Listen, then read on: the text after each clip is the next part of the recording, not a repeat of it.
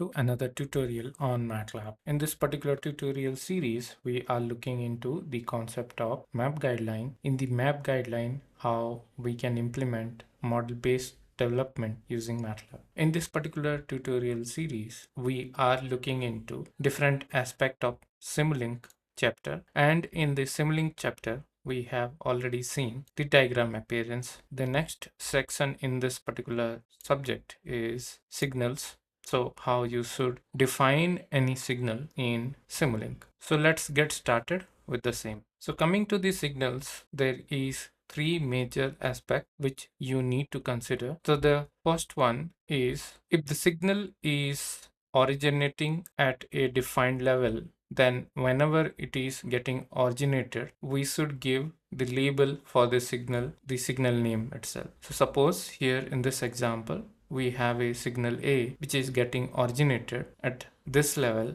then we can give the name of the signal, and then if we mention it is going inside the subsystem, then it is a good practice.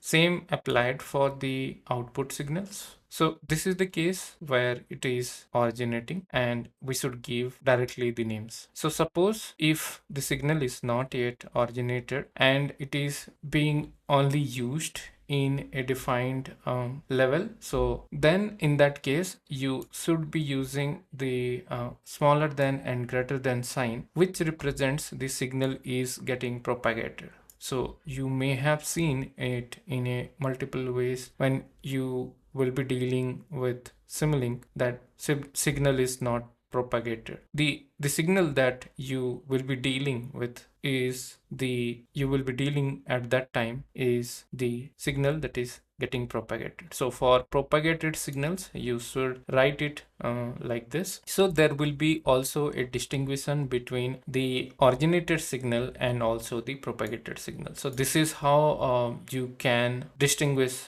between a originated signal and a propagated signal. But here, if you see, the C is the signal that is getting calculated from this particular subsystem and you are computing it as a output. So in this case, you cannot make it as a propagated signal because the signal is getting originated in this level. So coming to the third concept, termination and ground. Suppose if a signal is not in use, so it is better to do grounding for the same if it is a electrical or it is a mechanical system. If it is a Simulink block or if it is a Simulink signal, then in that case it is better to terminate with the help of a termination block. So this way you should organize your signals and you should give namings to the signals, which will give a better idea. In case you are liking the channel, please consider subscribing. In case you have any comment or query, please let us know in the comment section. Be more than happy to answer all your queries, to clarify all your doubts in this channel, to improve the experience